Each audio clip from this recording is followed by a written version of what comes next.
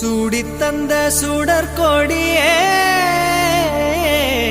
சோகத்தை நிறுத்திவிடு. நாளை வரும் மாலையன்று நம்பிக்கை வளர்த்து விடு. நம்பிக்கை வளர்த்து விடு. நம் காதல் ஜோதி கலையும் ஜோதி கலைமகள் மகளே வாவா. காதல் ஜோதி கலையும் ஜோதி